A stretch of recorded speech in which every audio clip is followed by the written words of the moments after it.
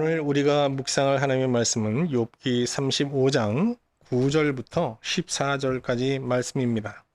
제가 하나님 말씀을 봉독하겠습니다. 사람은 학대가 많으므로 부르짖으며 군주들의 힘에 눌려 소리치나 나를 지으신 하나님은 어디 계시냐고 하며 밤에 노래를 주시는 자는 어디 계시냐고 말하는 자가 없구나. 땅의 짐승들보다도 우리를 더욱 가르치시고 하늘의 새들보다도 우리를 더욱 지혜롭게 하시는 이가 어디 계시냐고 말하는 이도 없구나. 그들이 악인의 교만으로 말미암아 거기에서 부르짖으나 대답할 자가 없음은 헛된 것은 하나님이 결코 듣지 아니하시며 전능자가 돌아보지 아니하심이라. 하물며 말하기를 하나님은 배울 수 없고 이래 판단하심은 그의 앞에 있으니 나는 그를 기다릴 뿐이라 말하는 그대일까 보냐. 아멘. 욥기의 몸통은 욥이 세 친구와 벌이는 논쟁으로 구성되어 있습니다. 욥과 세 친구의 논쟁 기사는 욥기 4장부터 31장까지 길게 이어지는데 이게 욥기의 약 70%의 분량에 해당합니다. 이 논쟁에서 세 친구들은 욥을 죄인으로 정죄하고 욥은 이를 반박하면서 자신의 의의를 주장하고 있죠. 잘 알다시피 이 논쟁은 욥의 압승으로 끝났습니다. 논쟁에서 승리한 욥은 자신의 의의를 주장하면서 죄 없는 자신을 징벌하는 하나님을 불의한 하나님으로 이제 고발하기에 이릅니다. 그러나 세 친구들은 욥의 이 궤변에 아무도 반박하지 못하고 이제 침묵하게 되는데요. 그런데 이 논쟁에 욥과 세 친구만 있었던 것은 아니에요. 발언은 하지 않았지만 이 세 친구와 함께 엘리후도 이 논쟁에 참여하고 있었는데요. 욥은 자신이 엘리후는 자신이 욥과 세 친구보다 나이가 어리다는 이유로 이 논쟁에 참여하지 않고 발언을 아끼고 있었습니다. 그런데 욥이 이제 하나님 불의한 분으로 이렇게 매도하자 더 이상 참지 못하고 이제 엘리후가 이 논쟁에 뛰어들게 되는 거죠. 엘리후는 욥의 이 궤변을 듣고 있는 자신의 심정을 봉해진 포도주 통과 터지기 직전에 가죽 부대에 이제 비유하고 있습니다. 한번 볼까요? 욥기 32장 18절 19절 말씀이에요. 내 속에는 말이 가득하니 내 영이 나를 압박함이니라. 보라, 내 배는 봉한 포도주통 같고 터지게 된 새 가죽 부대 같구나. 이후 이제 엘리후는 하나님의 영에 감동되어서 욥과 세 친구들을 향해 네 편의 설교를 이제 선포하게 됩니다. 지난주에 이제 엘리후의 첫 번째 설교 내용을 살펴보았죠. 이 설교에서 엘리후는 욥이 말하는 하나님은 그의 생각과 욕망이 만들어낸 거짓 하나님이라고 이제 부정하면서 진짜 하나님을 증거하게 됩니다. 엘리후는 욥이 말하는 인간에 대한 하나님은 하나님이 아니고 정말 하나님은 크신 하나님이다라고 하면서 이제 크신 하나님을 증거하고요. 또 욥이 말하는 침묵의 하나님을 부정하면서 말씀하시는 하나님을 증거하죠. 그리고 욥은 하나님이 우리의 기도에 응답하지 않는 하나님이라고 주장하는데 엘리후는 하나님은 우리의 기도에 신실하게 응답하시는 하나님이다 라고 하면서 하나님을 증거합니다. 이제 진짜 하나님을 증거하는 엘리후의 첫 번째 설교는 지난 시간 다 살펴보았으니까요. 이제 넘어가도록 하고요. 오늘은 지난 시간에 이어서 욥이 선포한 두 번째, 세 번째 설교를 차례로 이제 살펴보도록 하겠습니다. 엘리후의 두 번째 설교입니다. 세 친구와의 논쟁에서 욥은 하나님이 악한 권세자들의 횡포 아래서 고통당하는 이의 부르짖음을 외면하는 그런 현상들을 열거하면서 하나님의 무능함을 지적했어요. 아울러 그는 늘 약자의 편에서 살았던 자신의 의로움을 과시하면서 하나님을 자신보다 의롭지 못한 불의한 분이라고 이제 매도하면서 맹비난하고 있죠. 이에 엘리후는 두 번째 설교에서 욥이 주장하는 무능하고 불의한 하나님을 부정하면서 하나님은 전능하고 의로운 분임을 증거하게 됩니다. 엘리후가 하나님의 그 전능하심을 입증하는 논증은 아주 간단합니다. 욥기 34장 18절 20절 말씀 볼까요? 그는 왕에게라도 무용지물이라 하시며 지도자들에게라도 악하다 하시며 고관을 외모로 대하지 아니하시며 가난한 자들에게 부자의 낯을 세워주지 아니하시나니 이는 그들이 다 그의 손으로 지은 바가 됨이라. 그들은 한밤중에 순식간에 죽나니 백성은 떨며 사라지고 세력 있는 자도 사람의 손을 빌리지 않고 제거함을 당하느니라. 하나님은 모든 사람을 심판합니다. 여기에는 세상의 절대 권력을 가진 왕도 포함됩니다. 하나님은 마음만 먹으시면 절대 권력을 휘두르는 왕도 사람의 손을 빌리지 않고 그날 밤 당장 하나님의 심판대에 세울 수 있는 무능자가 아니라 전능자이십니다. 그러나 하나님이 모든 사람을 심판하신다는 이 사실 하나로 하나님의 전능하심은 입증되지만 하나님의 의로움이 입증되는 건 아니겠죠. 하나님의 의는 하나님이 심판할 때 사람을 어떤 기준으로 심판하느냐에 달려 있는 것입니다. 욥은 하나님의 심판은 모호하며 불의에 가깝다고 주장을 해요. 그러나 엘리후는 하나님의 심판 기준은 모호하지 않고 분명하다고 말합니다. 그러면 하나님은 어떤 기준으로 사람을 심판하실까요? 하나님은 사람을 떠남과 돌아옴에 근거해서 심판하십니다. 욥기 34장 26절 27절 말씀을 볼게요. 욥기에서 이제 사람들이 요절이 많다고 하는데 이게 진짜 요절이에요. 같이 한번 보겠습니다. 그들을 악한 자로 여겨 사람의 눈앞에서 치심은 그들이 그를 떠나고 그의 모든 길을 깨달아 알지 못함이라. 하나님은 사람을 심판하실 때 여러 가지 죄를 문제 삼을 수 있지만 가장 심각하게 보시는 것은 떠남의 죄예요. 떠남의 죄. 예수님은 이 떠남의 죄를 탕자에 비유해서 하나님을 떠나 스스로 살고자 하는 탕자의 죄라고 하셨어요. 이 떠남의 죄, 탕자의 죄는 아담이 범한 원죄에서 비롯되었습니다. 여러분, 왜 아담과 하와가 하나님의 명을 어기고 선악을 알게 하는 나무 실과를 먹었죠? 하나님을 떠나 하나님처럼 스스로 살기 위함입니다. 하나님을 떠나 스스로 살기 위해서, 하나님처럼 스스로 살기 위해서 선악을 알게 하는 과실나무를 딱 먹은 거거든요. 하나님은 마지막 날 부자이든 가난한 자이든 권세자이든 힘없는 자이든 상관하지 않고 하나님을 떠나 스스로 살고자 하는 모든 탕자들을 다 악인으로 보시고 심판하십니다. 그러나 모든 사람을 심판하는 것이 하나님의 뜻은 아니죠. 하나님은 모든 사람이 구원에 이르기를 원하십니다. 예수님은 하나님의 이 구원의 뜻에 따라서 하나님을 떠나 있는 사람들을 돌아오기 위해 이 세상에 오셔서 사람들이 범한 떠남의 죄를 그 몸으로 담당하시고 그들로 하나님께 돌아올 수 있는 길을 열어 놓으셨습니다. 이사야 53장 6절 말씀을 새번역 성경으로 한번 보겠습니다. 우리는 모두 양처럼 길을 잃고 각기 제 길로 흩어졌으나 떠났으나 주님께서 우리 모두의 죄악을 그에게 지우셨다. 하나님께서는 우리의 떠남의 죄의 모든 죄값을 예수 그리스도에게 지우시고 예수 그리스도를 통해서 우리에게 돌아올 길을 여신 거예요. 아담 이후 모든 사람은 양처럼 길을 잃고 각기 제 길로 가는 탕자로 살아가고 있어요. 또 그렇게 살 수밖에 없죠.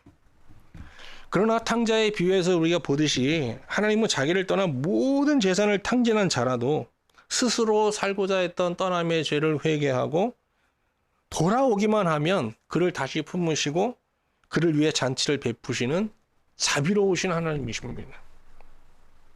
마지막 심판날 하나님은 탕자의 죄를 회개하고 하나님 품 안으로 돌아온 모든 자를 구원하시게 됩니다.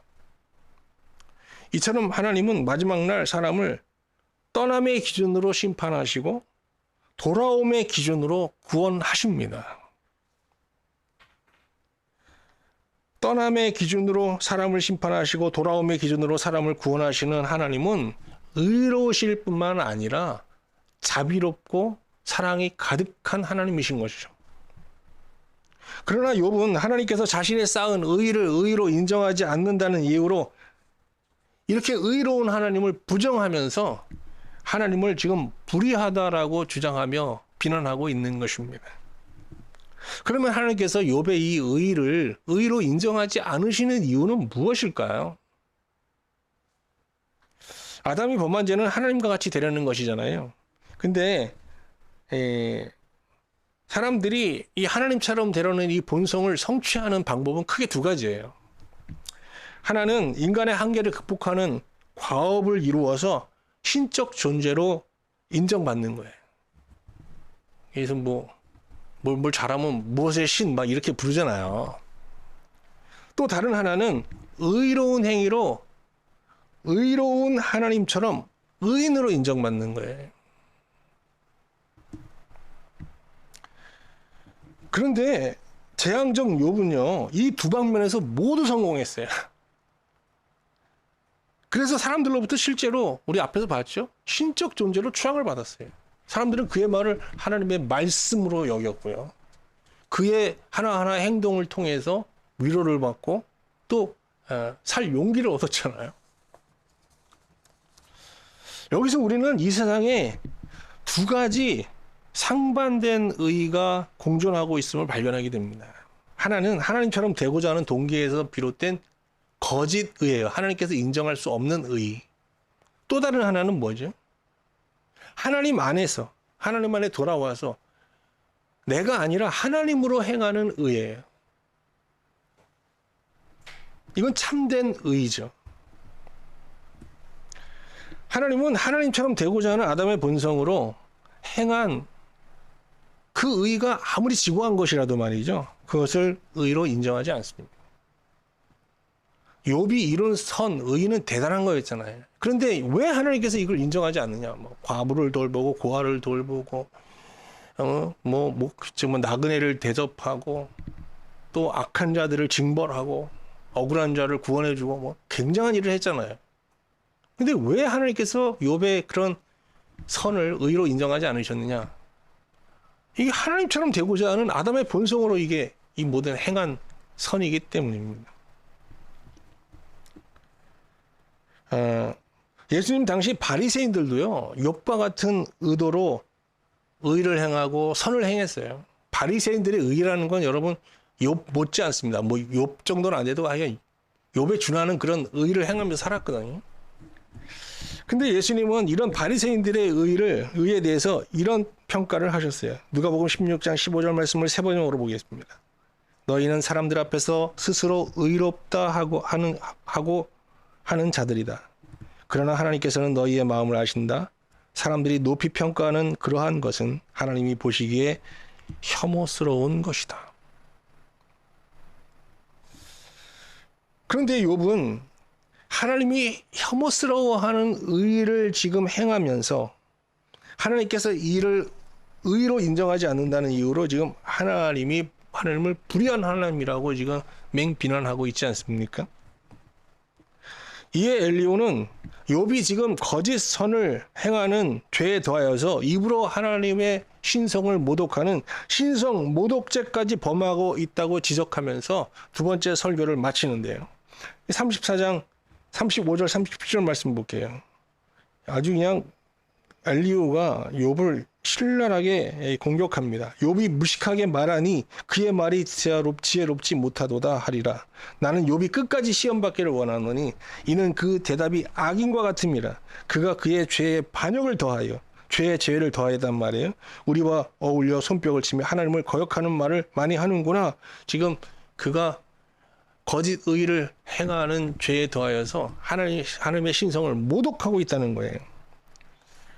자, 이쯤 되면은 욥이 이제 반발을 해야 되잖아요. 욥은 세 친구가 뭐 한마디 하면 10마디로 대답했던 사람인데, 근데 이상하죠? 지금 엘리후가 욥을 신성 모독자로 고발하고 있는데도요, 욥은 아무 말도 하지 않습니다. 묵묵히 그의 설교를 듣습니다. 이에 엘리후는 욥과 세 친구를 향해 세 번째 설교를 선포하게 됩니다. 자, 이제 엘리후가 욥과 세 친구를 향해 선포한 세 번째 설교를 내용을 보도록 하겠습니다. 욥과 세 친구는 사실 어떻게 보면 철저한 신앙인이잖아요. 근데 그들의 신앙이라는 게 신앙에 뭐가 문제가 있어요? 보상신앙에 근거해서 그들이 하나님을 섬겼다는 거예요. 그럼 보상신앙의 근본 원리가 뭡니까? 아주 간단해요. 권선징악. 의롭게 살면 복을 받고 악하게 살면 화를 당한다입니다. 욥은 이 보상신앙의 어떤 원리, 교리에 근거해서 누구보다 열정적으로 선을 행하며 살았죠. 그러면서 그 선에 부응하는 어떤 하나님의 복을 기대했어요. 그러나 욥은 의인으로 살았음에도 불구하고 복이 아닌 재앙을 당하고 화를 당하자 악인이 형통하게 사는 그런 상황을 바라보면서 말이죠, 보상신앙의 회의를 품고 이런 넋두리를 하게 됩니다. 욥기 35장 3절 말씀을 보겠습니다.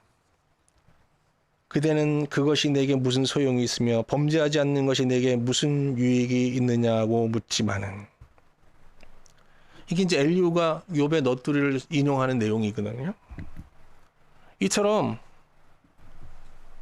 욥은요, 의를 추구하며 살았던 과거의 삶을 지금 후회하면서 보상신앙 전체를 지금 의심하고 있는 거예요. 이렇게 욥은 재앙을 통해서 보상신앙의 어떤 모순을 깨닫고 회의하고 있지만, 세 친구들은 욥을 죄인으로 정죄하면서 여전히 보상신앙을 지금 고집하고 있는 거예요. 이에 엘리후는 욥이 과거 믿었고 지금 욥의 세 친구가 여전히 진리로 믿고 있는 보상신앙은 허구다라고 선언하면서 세 번째 설교를 시작합니다. 욥기 35장 5절 8절 말씀 보겠습니다. 그대는 하늘을 우러러보라. 그대보다 높이 뜬 구름을 바라보라.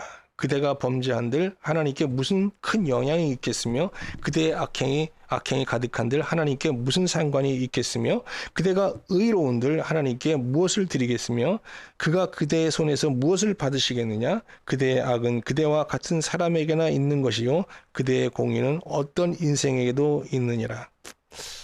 무슨 말인지 잘 모르시겠죠. 네. 엘리후의 주장은 이런 겁니다. 자, 사람이 다른 사람에게 선과 악을 이제 행하며 살잖아요. 근데 그 선과 악을 행할 때 그거에 상응하는 보응을 받게 된다는 거예요. 간혹 이 세상에는요, 악을 선으로 갚고 선을 악으로 갚는 사람들도 있어요. 그러나 일반적으로 사람들은 선에 대하여 선으로 보응하고요, 악에 대하여 악으로 보응하지 않습니까?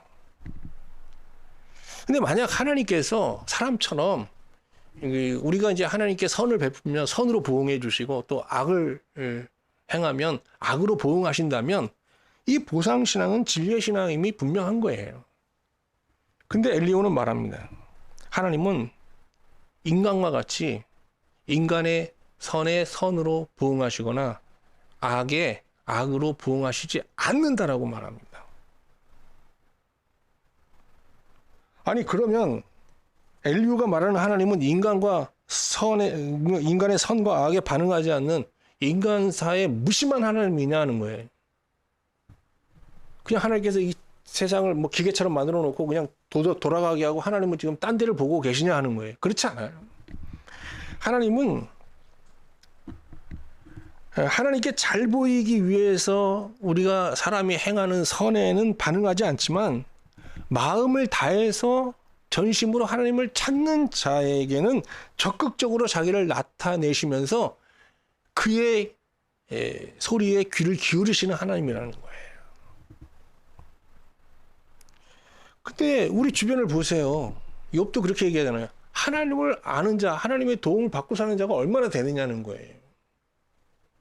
하나님께서 적극적으로 자기를 나타내시는데 하나님을 아는 자가 적다는 것. 그 이유는 뭘까요? 그것은 하나님을 마음을 다해 전심으로 찾는 자가 적기 때문이에요. 하나님께서 자기를 감추시기 때문이 아니라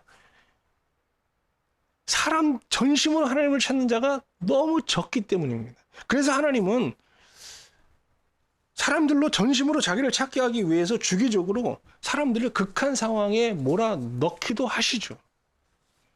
근데 사람이 이렇게 악한 권력자에 의해서 탄압받는 극한 상황에 처했을 때 자유와 정의를 외치면서 막 절규해요. 한번 볼까요? 욥기 35장 9절 11절입니다. 사람은 학대가 많음으로 부르짖으며 군주들의 힘에 눌려 소리치나. 그렇잖아요.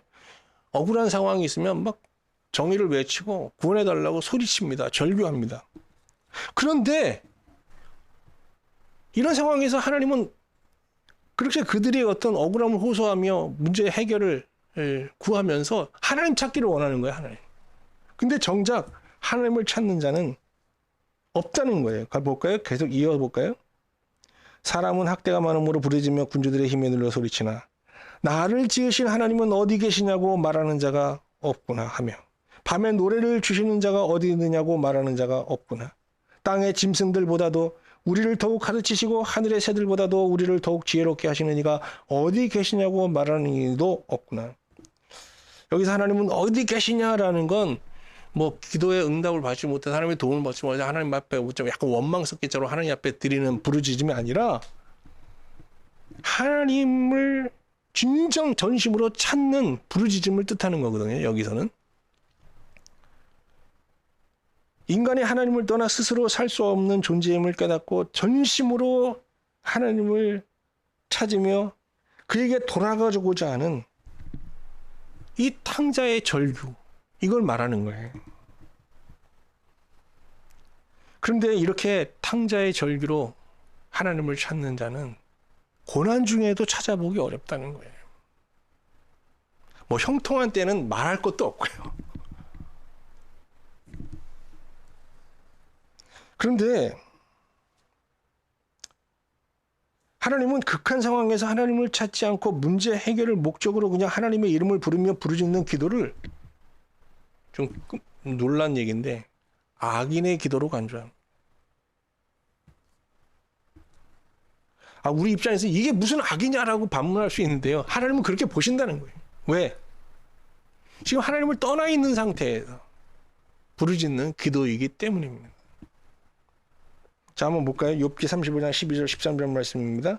그들이 거만하고 악함으로 하나님께 도와주십시오 하고 부르짖어도 하나님은 들은 채도 않으십니다. 전능하신 하나님은 악한 자들을 보지도 않으시고 그들의 호소를 들어주지도 않으시므로 그 악한 자들의 울부짖음에는 아무런 힘이 없습니다. 여기서 그러면 엘리후가 지칭하는 악인은 누굴까요? 여기에는 욥이 포함되어 있는 거예요. 욥은 지금 극한 상황에 처해 있잖아요. 욥은 이런 상황에서 이제 정말 하나님을 찾아야 되잖아요. 스스로 살고자 했던 죄를 회개하며 하나님 자체를 찾아야 되는데, 하나님 어디 계십니까? 라고 하면서 하나님을 찾아야 되는데, 그는 문제 해결을 구하고 있었던 거예요. 이 기도에 근데 응답받지 못하자 그는 하나님은 볼 수 없는 하나님이다. 하나님은 우리의 삶에 무관심한 하나님이다. 이렇게 단정하고 지금 신앙을 포기하려는 그런 위기에 처하게 된 것이죠. 이에 엘리후는 욥에게 신앙을 포기하지 말고 좀 더 기다릴 것을 권면합니다. 욥기 35장 14절 말씀 세 번역으로 보겠습니다. 이 세 번역에서는 욥을 어른이라고 이제 그렇게 호칭하고 있어요. 자, 볼까요? 욥 어른은 하나님을 볼 수 없다고 말씀하셨습니다. 그러나 참고 기다리십시오. 어른께서 걸어놓은 소송장이 하나님 앞에 놓여 있습니다. 이는 보상신앙은 포기해도 좋지만 신앙 자체는 포기해서는 안 된다는 권면이에요. 그러니까 엘리후는 욥이 보상신앙에 대해서 회의하는 이 상태를 지금 진리의 신앙을 찾아가는 하나의 과정으로 보고 있는 거예요. 긍정적인 신호로 보고 있는 거예요. 실제로 욥은 엘리후의 권면대로 하나님을 포기하지 않고 이 설교를 계속 듣잖아요. 그리고 기다리고 기다리다가 폭풍 속에서 나타나시는 하나님을 만나 그의 말씀을 들으면서 이제 새 존재로 이제 거듭나게 되고 보상 신앙이 아니라 아주 새로운 신앙으로 하나님을 섬기게 되죠. 우리 엘리후의 설교를 듣고 이제 하나님을 만나게 되는 장면을 한번 확인해 볼까요? 욥기 38장 1절 말씀입니다. 그때에, 여기서 그때에는 언제예요? 욥이 엘리후의 네 편의 설교를 다 들은 후에 여호와께서 폭풍 가운데서 욥에게 말씀하여 이르시되. 오늘 우리는 이제 엘리후가 욥을 향해 선포한 네 편의 설교 중 이제 두 번째 설교와 세 번째 설교를 묵상했습니다. 두 편의 설교를 이렇게 저는 듣고 묵상하면서 고난의 상황에서 문제 해결을 구하는 자는 많아도 정작 하나님을 찾는 자는 극히 적다는 이 엘리후의 말이 참 가슴에 크게 와 부딪혔습니다. 얼마 전 이제 저 운전을 하면서 방송을 좀 들었는데요. 그 방송에서 신자들이 이제 자신의 문제를 진솔하게 말하면 거기 나오는 이제 목사님이 그들을 위해서 기도해주는 그런 방송이었어요. 이제 목사님의 정말 간절한 중보 기도에 저도 이제 신자니까요. 이제 아멘 하면서 이렇게 동참하면서도 엘리후의 그 지적처럼 우리가 고난의 문제에 직면해 있을 때 하나님 자체를 찾지 않고 너무 문제 해결에만 집착하고 있는 것은 아닌가 하는 좀 걱정도 들었어요. 탕자의 비유에 등장하는 이 작은 아들은 하나님을 떠나 스스로 살고자 하는 아담의 본성으로 사는 모든 사람을 상징하잖아요. 그런데 비유에 등장하는 탕자는 방탕한 생활로 이제 재산을 모두 탕진하고 또 그곳에 이제 기근이 들어서 정말 돼지 먹이를 먹으면서 짐승보다도 못한 삶을 이제 살게 되는데, 이때 탕자는 문제 해결을 위해서 아버지께 사람이나 편지를 보내서 도움을 요청하지 않았어요. 그는 스스로 돌이켜 아버지 집으로 향했어요. 자, 누가복음 15장 17절 말씀을 보겠습니다. 이에 스스로 돌이켜 이르되 내 아버지에게는 양식이 풍족한 품꾼이 얼마나 많은가, 나는 여기서 주려 죽는구나. 여기서 스스로 돌이키다는 말이 굉장히 중요한 거예요. 이 단어가. 여기선 직역하면요, 원어를 직역하면 자신에게로 돌아오다예요. 제정신을 차리다예요. 제자리로 돌아오다, 이런 뜻이거든요. 그러니까 이 탕자는 고난의 자리에서 지금 여기 먼 나라, 아버지를 떠난 이 먼 나라는 여기 있는 나는 내가 아니다는 거예요. 나는 이제 아버지 집에 있어야 되는데, 내가 있어야 될 자리는 여기가 아니라 아버지 품인데 하면서 이렇게 자기가 있어야 될 자리, 진정한 자기를 찾은 거예요. 그래서 찾아서 돌아가는 거예요. 그러니까 지금의 모든 불행이 아버지 집을 떠나 스스로 살고자 하는 이 떠남의 죄에서 비롯된 것임을 깨닫게 된 거예요. 그러니까 제정신을 차린 거예요. 제정신. 여러분도 어떻게 정신이 확 드세요? 나는 이 말씀 들으면서 그냥 좀 몽롱했던 정신이 그냥 깨어나는 느낌이 있었어요. 이렇게 제정신을 차린, 정신을 차린 탕자는 아버지 집을 향하게 됩니다. 여러분, 이게 아버지 집으로 돌아가는 게요, 비겁한 행동이 아니에요. 이거 굉장히 용기 있는 행동이. 여러분, 돌아갈 수 있겠어요? 이게 깨어나야 돌아갈 수 있는 겁니다. 근데 그가 아버지 집에 돌아가는 목적은요, 문제 해결이 아니에요. 목적이 뭐죠? 돌아가는 목적이? 아버지 집에서 아들이 아니라 품꾼으로 그냥 사는 거예요. 그 안에 살기 위해서 가는 거예요.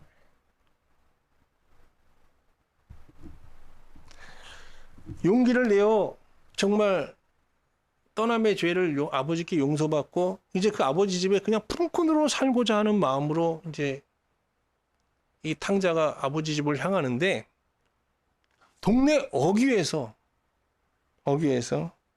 아버지가 그를 발견하고 달려와 탕자의 목을 막 껴안고 입을 맞추며 기뻐 춤을 춥니다. 아버지는 탕자가 떠난 이후 동네 어귀에서 아들이 돌아오기를 줄곧 기다리고 있었던 겁니다. 예수님이 탕자의 비유를 통해 증거하시는 하나님은 욥이 기대하는 먼 나라에 있는 사람을 찾아오셔서 문제를 해결해 주는 막 수호신 같은 역동적인 하나님은 아니죠. 예수님이 탕자의 비유를 통해 증거하시는 하나님은 자기를 떠난 탕자들이 회개하고 돌아오기를 인내하며 기다리시는 수동적인 하나님이에요. 그런데 그러니까 욥의 입장에서 볼 때 이 기다리시는 하나님, 이 수동적인 하나님은 무능해 보일 수 있는 거죠. 그러나 하나님이 기다리시지 않고 욥의 요구대로 악인이 판치는 세상에 즉각적으로 개입해서 악인을 심판하시고 의인을 구원하신다면 구원받을 수 있는 사람이 얼마나 될까요? 의인임을 자처하는 욥은 구원받을 수 있을까요? 탕자는 아버지께 돌아와 아들이 아닌 품꾼으로 그냥 아버지 집에 머물 수 있기만을 구하잖아요. 그런데 아버지는 탕자를 위해 탕자에게 아들의 주의를 다 회복시켜 준 후에 잔치를 배설해요. 아버지가 탕자를 위해 이 배설한 잔치는요, 하나님께서 신자에게 베푸는 궁극적인 구원을 상징하고 있어요. 하나님의 구원의 궁극적인 목적은요, 신자로 삼위 하나님의 이 교제에 참여시키는 거예요. 근데 초대 교부들은 뭐 이 설교를 얼마나 했겠어요, 성도들한테. 근데 성도들이 참 어려워하는 거예요, 이걸. 그래서 이 신자가 삼위 하나님의 이 기쁨에 참여하는 이 구원을 페리코레시스라는 단어로 설명했어요. 페리코레시스. 이 페리코레시스는요, 둘레라는 뜻을 가진 페리와 동그라미 형태로 빙빙 돌면서 춤을 추는, 이게 윤무죠, 일종의. 그걸 뜻하는 코레시스가 합성된 합성어예요. 그러니까 이 페리코레시스는 어떤 겁니까? 원형으로 빙빙 돌며 꼬리 물개식으로 춤을 추는, 뭐 우리나라에서는 강강술래가 있잖아요. 이 강강술래 같은 윤문 거예요, 이게. 하나님은 우리가 하나님처럼 되고자 하는 아담의 본성으로 살았던 삶을 회개하고 깨어나 정신을 차리고 하나님 어디 계십니까? 라고 하면서 하나님을 전심으로 찾는 그 행위 자체를, 그것만으로도 우리를 의롭게 보세요. 그리고 예수님의 십자가 희생을 통해서 우리의 그 불완전한 의를 온전케 하시어 페리코레시스의 잔치에 참여시켜 주시는 거예요.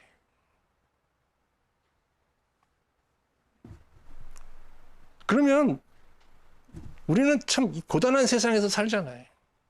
뭐 여러분도 힘들겠지만 저도 일주일이 고단해요. 내일부터 또 나가서 고단한 삶을 살아야 돼요. 근데 뭐 그 즐거워서 하는 건 아니에요, 솔직히. 그런데 페리코레시스, 하나님과 이 춤추는 기쁨으로 이 세상 고단함을 넉넉히 이길 수 있는 거예요. 저는 오늘 그 엘리후의 제2, 제3의 설교를 이렇게 묵상하면서 나는 지금 어떤 자리에서 어떤 정신으로 하나님을 섬기고 있는가, 이렇게 저 자신을 돌아보게 됩니다. 나는 떠난 자인가, 하나님 앞에 돌아온 자인가. 나는 하나님 앞에 기도하는데 문제 해결을 위해서 기도하는 자인가? 아니면 하나님 자체를 구하면서 하나님 안에 살기를 구하는 기도자인가? 그리고 이 시간 하나님께 아담의 본성으로 행한 죄뿐만 아니라 선 또한 내가 하나님께 복종한다고 하는 명분 아래 행했던 그런 의로운 행동까지도 다 하나님 앞에 악이 될 수 있음을 고백하게 됩니다. 그리고 이 오는 한 주를 아버지 집에 머무는 실존으로, 또 먼 나라에 사는 내가 아니라 아버지 집에 거하는 참된 나로, 스스로가 아닌 하나님 안에서 하나님으로라는 올바른 정신으로 살아갈 수 있기를 기도하게 됩니다. 아울러 이 한 주간 또 고단한 삶을 우리가 살게 되는데, 이 고단한 삶을 하나님이 우리에게 주시는 페리코레시스의 기쁨, 하나님과 강강수월래하는 그 기쁨으로 승리하며 하나님 앞에 복종할 수 있는 한 주를 살 수 있기를 소망하며 기도하게 됩니다.